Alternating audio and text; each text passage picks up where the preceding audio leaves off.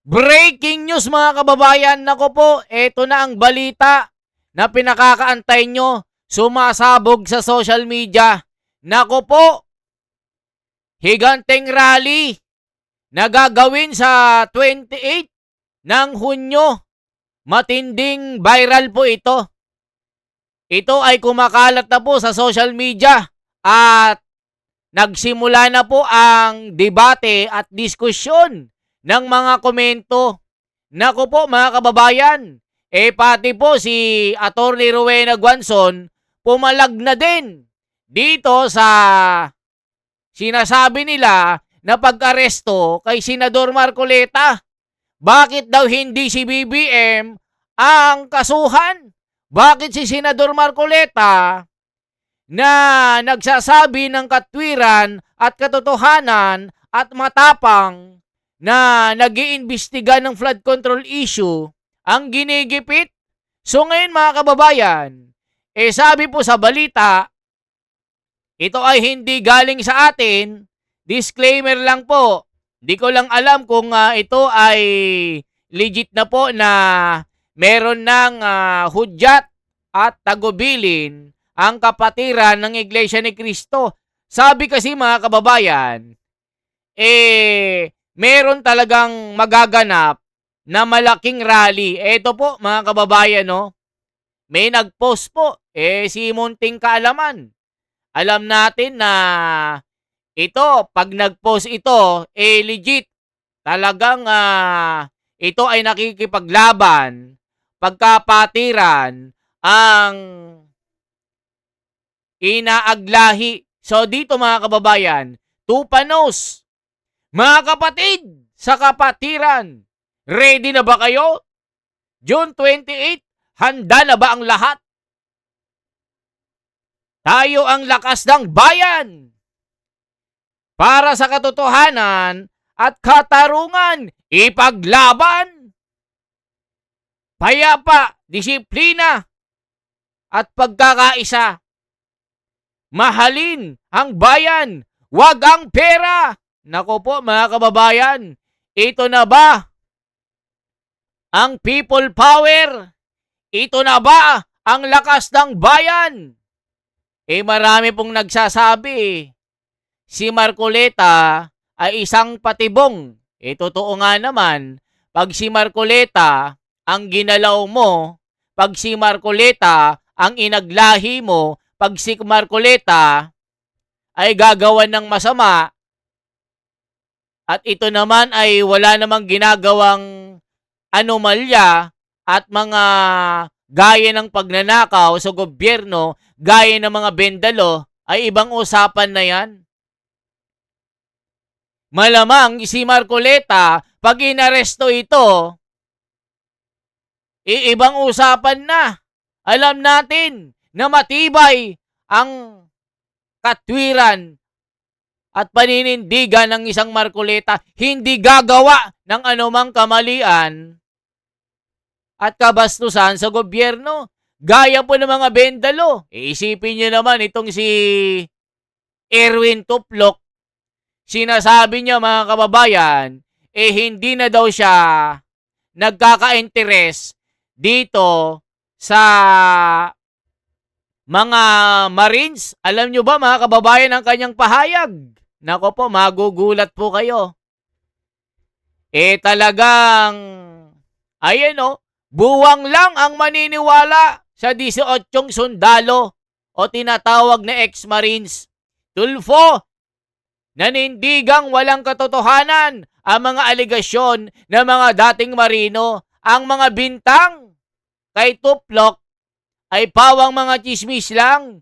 Gagawa lang daw ng gulo ito at sisirain ang imahe ng Senado. Tignan nyo mga kababayan, no? Buwang lang ang maniniwala sa 18 na Marine na ito, mga chismoso at mga chismosa. Parang mga babae daw na chismoso sa kanto. Senator Erwin Tulfo, nanindigang walang katotohanan ang mga aligasyon ng mga dating Marino.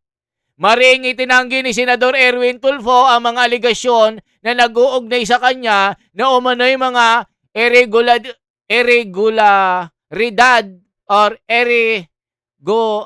irregularity sa flood control project matapos siyang pangalanan ng ilang individual na nagpapakilalang dating Marines at security personnel ni former Congressman Saldico. Ayon kay Tulfo, hindi dapat basta-basta paniwalaan ang mga paratang lalo na kung wala namang sapat na ebidensya upang patunayan ang mga ito.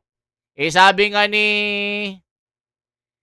Cayetano, mga kababayan, si Erwin Tuplok na galing-galingan na feeling abogado na laging paepal, merong daw alas si Ping Lacson na hawak.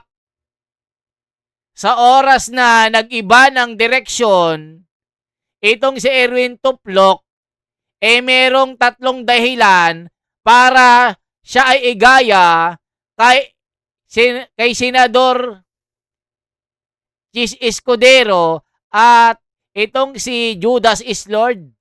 Merong ding hawak sa leg si Erwin Tuplok. Mga kababayan, alam nyo kung bakit? Kaya sunod-sunuran at tuta itong Tuplok na ito. So ito ang pasabog, mga kababayan, ni, alam nyo po, si Attorney Rowena Guanzon. Ako, magaling din ito. Ito po.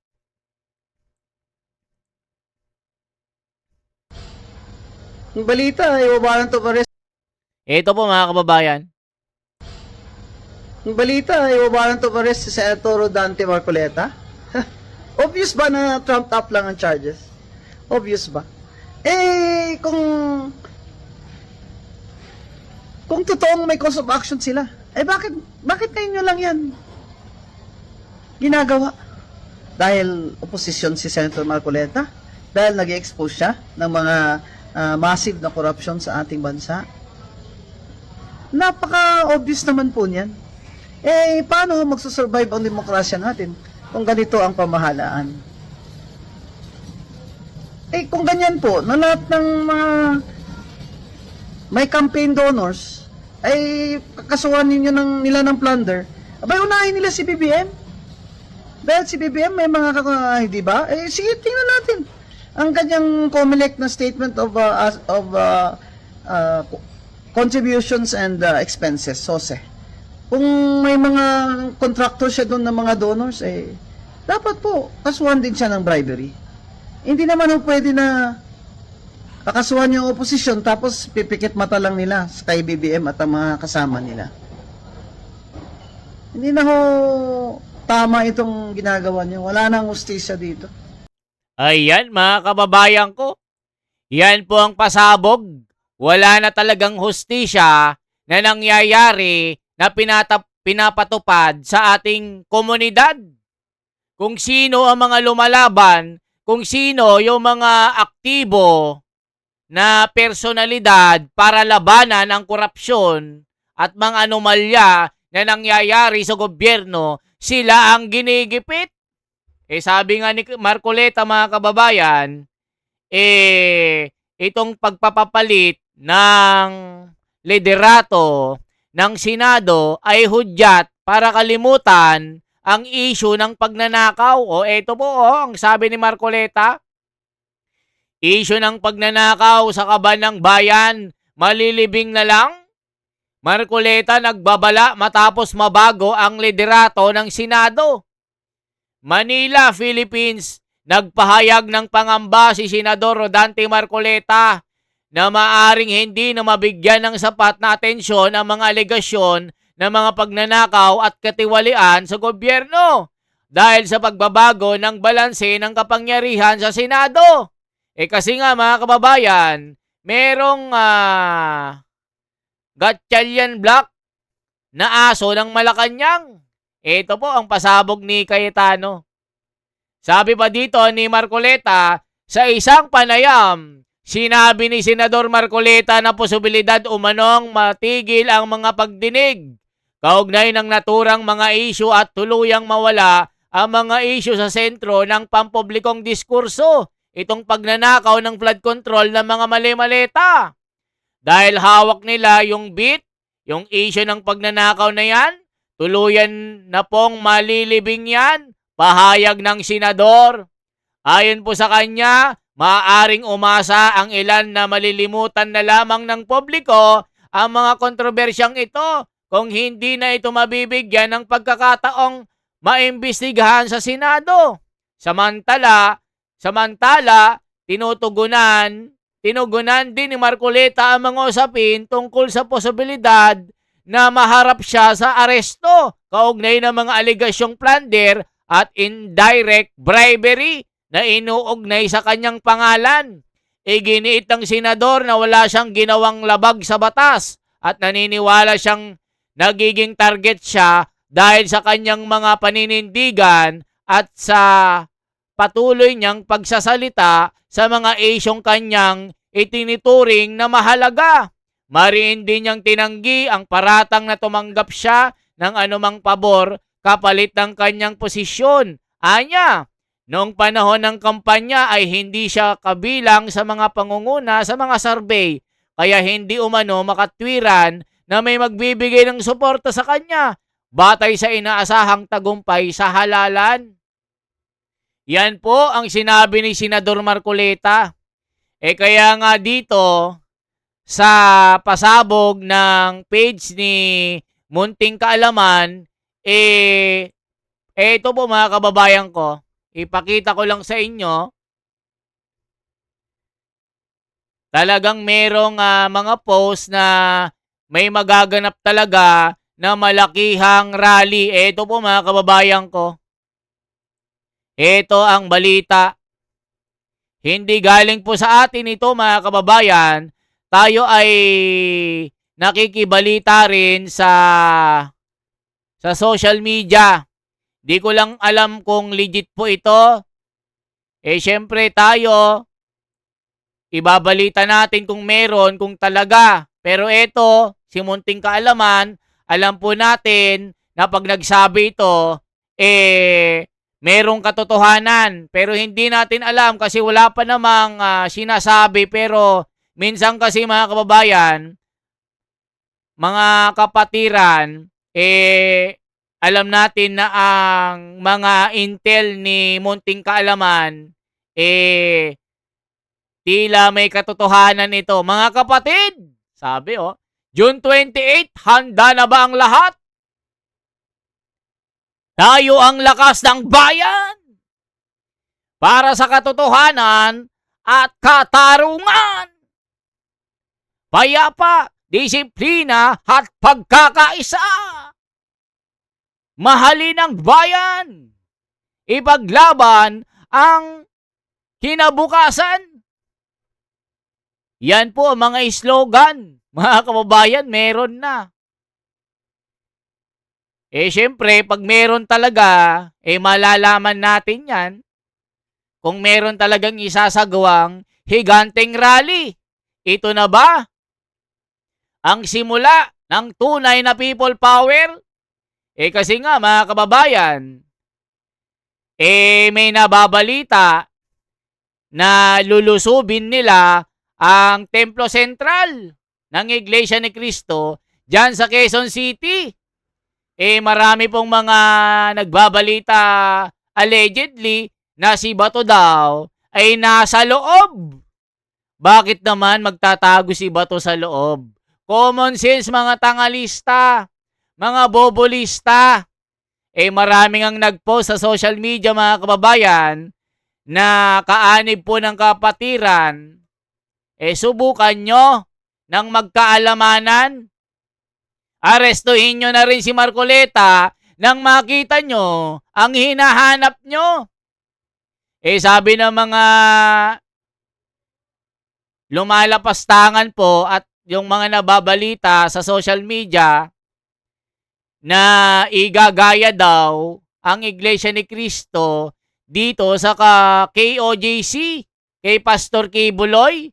Nako po, sabi nga po ng mga nagko-comment,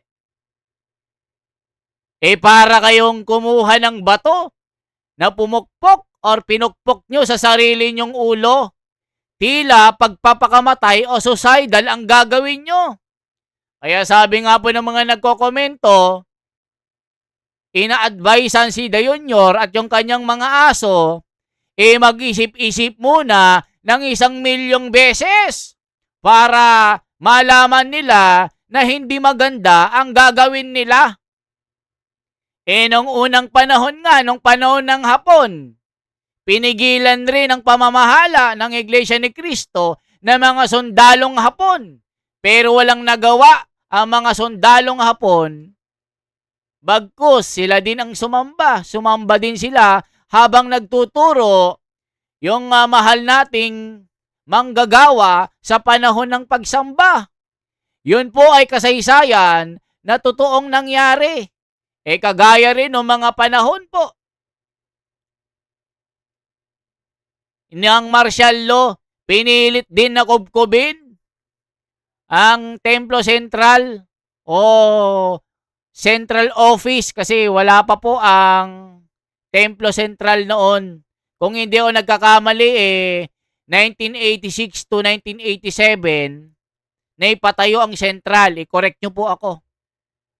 Yung history, i-check lang po natin kung anong taon ba. I-check natin na. Ito po, ano ang date na napatayo ang Templo Sentral ng INC sa Quezon City. Ayan. I-chat GPT natin. Magaling po ito. Ito. Chat natin ha. Ano ang sagot? Searching. Ang Templo Sentral ng Iglesia ni Cristo sa Quezon City ay natapos at binuksan noong Hulyo 27, 1984. O isipin nyo, 1984 pala. Kasabay ng pagdiriwang ng ika-70 anibersaryo ng INC, ang gusali ay matatagpuan sa Central Avenue, New Era, Quezon City at may kapasidad na humigit kumulang 7,000 katao. Sa laki po ng Templo Sentral, kaya pong okupahan ng 7,000 katao. Ganun po kalaki. Yan, yung mga sinasabi nyo, kukubkubin nyo, lulusubin nyo, lalapastanganin nyo. Hindi pwede ito. Ang mga kapatiran hindi papayag. Lalong-lalo na ang pamamahala. Yan ay sagradong lugar na itinuturing ng kapatiran. Ni isang dumi ng candy o plastic man lang ng kahit anong dumi na makikita ay wala king makita. Sobrang linis po niyan. At talagang dakila at kaisa-isang landmark na makikita natin na talagang pag nakita mo, magugulat ka. Ba't may ganitong gusali? Di ba mga kababayan, tas gaganunin nyo lang? Lalapastanganin nyo? Hindi pwede yun. Sabi ng kapatiran, huwag nyong igaya sa KOJC ang Iglesia ni Cristo. Kasi, gulo ang kakahinatnan. Kaya dayon nyor. Sabi ng mga tao ng komento. Mag-isip-isip ka muna. Yung balak mo pag-isipan mo ng 10 milyon na beses bago mo gawan ng masama. Akala nila si Marcoleta magtatago daw dyan. Sinabi na nga ni Marcoleta na hindi siya lalaban Tapos si Bato magtatago dyan. Ba't magtatago si Bato dyan? Mangangag ba kayo? O napaparanoid kayo? Dahil si Marcoleta ay isang tinit sa lalamunan nyo. Kasi si Marcoleta ay may paninindigan, matapang, at ipaglalaban ng katwiran. Tayo ang lakas ng bayan. Ang sinasabi ni Marcoleta, hindi siya titigil kahit maaresto pa ito. Hindi gaya ng iba, naghudas. Pastor Villanueva, pinangalan ng Judas is Lord. Junior is Lord. Natakot kay Jesus Remulla kaysa sa totoong Jesus. Ayan mga kababayan ko. 'Di ba? O tignan nyo ba itong pahayag ng eto, pakinggan nyo po ito. Magugulat po kayo. Ito po mga kababayan ko. Panoorin po natin ito. Meron silang plunder na nauna na. Opo. Pero dahil sa pagsanib sa kanila, nawala na po siguro. Baka sila po ay hindi na asuntuhin. Mauuna pa po akong aarestuhin. Doon sa mga kasama namin dati na nangako na magiging intact kami. Walang hiwalayan, walang maghuhudas. Sabi ni Pero Boying, napansin na ninyo kung sino po yung naghudas. sabi ni Ombudsman Boying, yung mga naunang sa niya pa, hinug na raw po ang kasong plunder para sa kanila. Nakita ko, unang-una, April 2026, nandun yung 5 kaso na nakalaan para kay Martin Romualdez. Opo. Isang plunder, isang indirect bribery, isang direct bribery, a violation of AMLAC, Opo. violation of RA 3019. 5. April 2026. Hindi ko lang alam ng date kay Joel Villanueva at saka kay Chis Escudero. Pero ako, invento lang. Walang kaugnayan po sa public funds. Wala po akong ninakaw. Ang tanging kasalanan ko lang po sa kanila. Sa kanila, hindi sa taong bayan. Ay yung piliting ko po na ituloy ang pagdinig diyan sa flood control projects, anomaly na yan. At mapanagot. Kasi At mapanagot natin silang lahat. Mapanagot ang nasa likod talaga. Nasa sa kanila po yun. Nasa kanila na po yun. Kung talagang aarestuhin po nila ako, ay muli po akong nagsasabi na ako po ay sasama sa kanila ng buong pagpapasakop. I will not arrest. I will not resist the arrest. Pero habang pinakikinggan ko kayo, Sen, mabigat. Ako, personally, mabigat sa logo po yun kung gagawin nila yan, Sen, ha? Alam ko naman, si Nelson nga, nakikita ko, lumuluha pa yung tao. Pero talagang gano'n, ha? At hindi ko kayo masisisi kung malulungkot kayo. Pero ganun talaga bilang tao, malulungkot naman. Lalong-lalo na, sa katulad ko, wala naman akong nagawang kasalanan. At yung ibang mali-malitang ang pinagdalhan, nandyan na nga ang mga nakaumang na lahat, ang mga plunder cases laban sa kanila, pero hindi nila ginagalaw. Minabuti pa nila na baka sakaling ako pa ang mauna na maaresto. At ang hilala nga ng iba, baka mabsuelto pa po yun. Hindi ko ba? Hindi malayo yun. Hindi malayo yun. Mukhang, ano ba ito? Lokohan na ba ito? Sen, mukhang, sabi nga nung isa kong narinig, mukhang inuunggoy na tayo, Planet of the Apes na ba ang Pilipinas ngayon? Hindi kasi, dahil nga siguro sa kinatatakutan nila yung multo na kanilang ginawa, pinagnakawan ang taong bayan, isip-isipo, nilimas nila ang salaping bayan na para sana sa serbisyo ng mamamayan. Pagkatapos, natakot sila sa multong ginawa nila, gusto nilang pagtakpan. So kung sino man ang magpapakabayani na yan na ituloy para sa ganon, makilala natin silang lahat, gagawa sila ng paraan para usigin ang tao na yan. Ako ngayon. Ayan mga kababayan, nakakayak nga po ito. Kung gagawin nyo kay Senador Marcoleta ito, ibang usapan na yan. Naka-naka, si John Vic Rimulya, binawi. Wala daw kaso sa ombudsman or sa Sandigang Bayan at wala siyang naaanigan or nalalaman na inisyu na warrant of arrest. O baka nga kumambyo sila kasi alam nila na merong mangyayari pag ginalaw nyo si Senador Marcoleta. Diba mga kababayan ko? Kaya dito, ang bali-balita, kasado na ang rally. Di ko lang alam kung legit po ito ha. Galing naman kay munting kaalaman ito. Bukas natin malalaman kung talagang totoo ito. Mga kababayan niyo, mga kapatid, sa June 28, handa na bang lahat? Diba mga kababayan ko? Kayo ba ay kaisa kung sakali merong malaking rallying gagawin?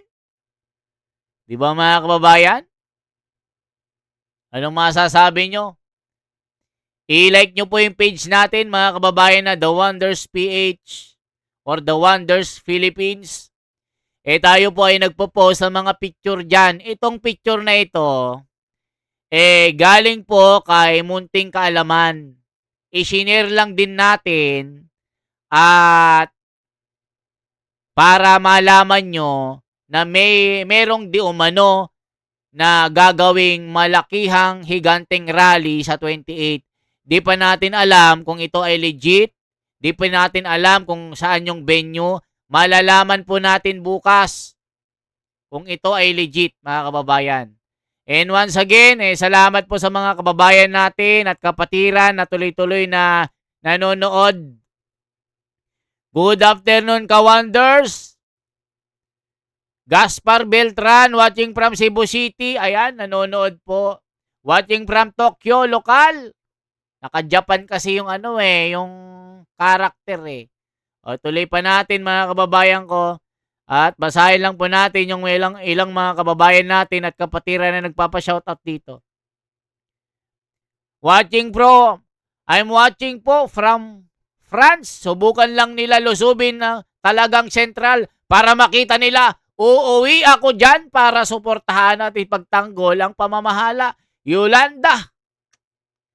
Diba mga kababayan ko, yun ang sinasabi dito. Talagang yung mga kapatid maglalaan po ng panahon para makiisa sa pagtatanggol sa pamamahala. Diba? Ayan ang sabi, bakit hindi na lang si Marcos ang arestuhin para matapos na ang gulo? Ayan. Remulla, bumaliktad na po kayo. Doon kayo sa tama. Ayan. Maraming member ng INC ng mga militar at mga pulis baka mag-civil war na. Tama sila. O di mo? Ha. Okay, gawin nyo mga buhaya. Gawin pa na lusubin para malaman na. O tignan nyo po mga kababayan ko. Yan lamang po ang ating bahagi mga kababayan at shoutout sa inyong lahat at salamat po sa inyong suporta. Ito po si The Wonders Philippines. Mabuhay po. At i-like at i-share nyo po ang ating YouTube channel para po ma-recommend po ni YT para mapanood po. Kada bukas nyo po ng account nyo, mag-appear itong video natin. Mabuhay po mga kababayan. Salamat po. At kung meron talaga ang rallying ito sa June 28, ay ihahanda natin yung sarili natin para makipagkaisa. Mabuhay po.